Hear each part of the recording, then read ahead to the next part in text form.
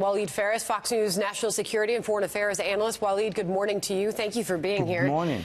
First, your reaction and thoughts as you look on at the events unfolding in Baghdad this morning.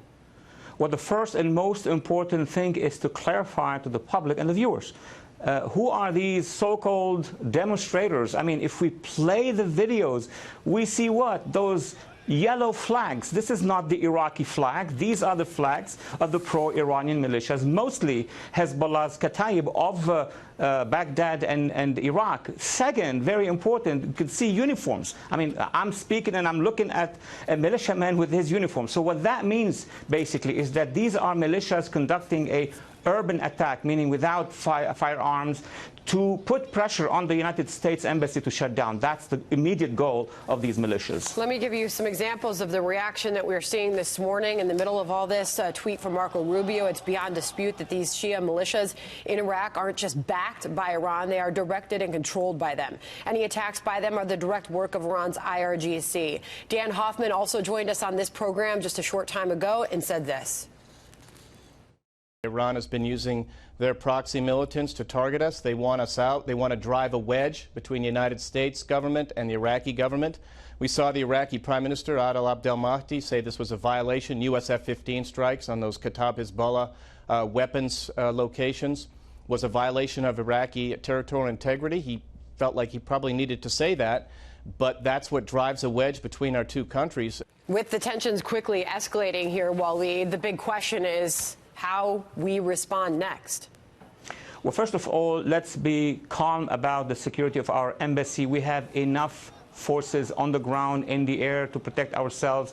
I don't think the Iranians are going to play the game of frontal attack directly with firepower against the embassy. They know the response. We're not in Tehran of 1979. We are in Iraq after we have defeated ISIS. And by the way, the Iraqi government politicians who are saying this is not a legitimate strike, we have an agreement with the government of Iraq. We actually have destroyed ISIS across Iraq, and this is a reaction to an attack by the Iranians. These are the rules of engagement. If the Iraqi army is attacked, you know, they're going to respond, so we could do the same.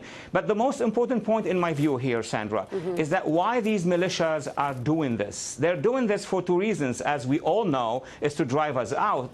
Get to the issue of the sanctions, but more important, they want to divert attention from the millions of young Iraqis, mostly Shia, demonstrating in Iraq for the last 2 months. That's the goal, because there have been statements made this morning and yesterday by the heads of the militia in Iraq, the pro-Iranian militia, saying, now we're going to attack the Americans, and then we're going to go against the agents of the Americans who are the youth in the streets of Baghdad to Basra. That's the reason for why they are doing those aggressive acts against us. As for the American response, those 5 strikes in Iraq and Syria that killed 24 fighters, wounded dozens more.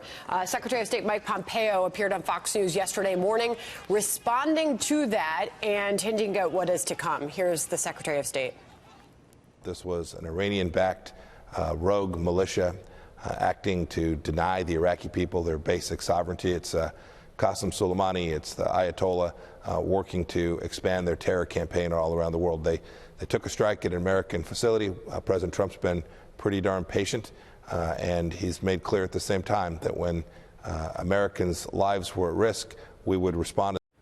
You come to the moment now, Walid, to where we just saw the White House put out a statement via Twitter, the president saying to those many millions of people in Iraq who want freedom and who do not want to be dominated and controlled by Iran, this is your time. Give us your sense of what we see next in the days and weeks to come here. Absolutely. I mean, there are a lot of voices in Washington and elsewhere about what can we do. We are in a big trouble. Not at all. We actually should divide our strategy, if I may say. One, to respond to military actions by military actions. As when the militias attacked our posts, we responded in a very limited and very rational way.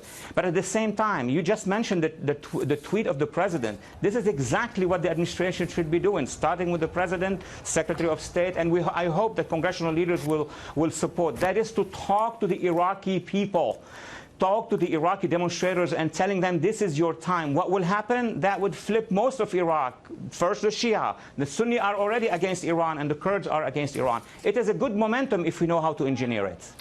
All right, this is a developing situation there in Baghdad. This is some of the video that we have, and we are going to continue to bring our viewers anything that we get as it comes in. Walid Phares, we appreciate you coming on to react this morning. Thank you. Thank you.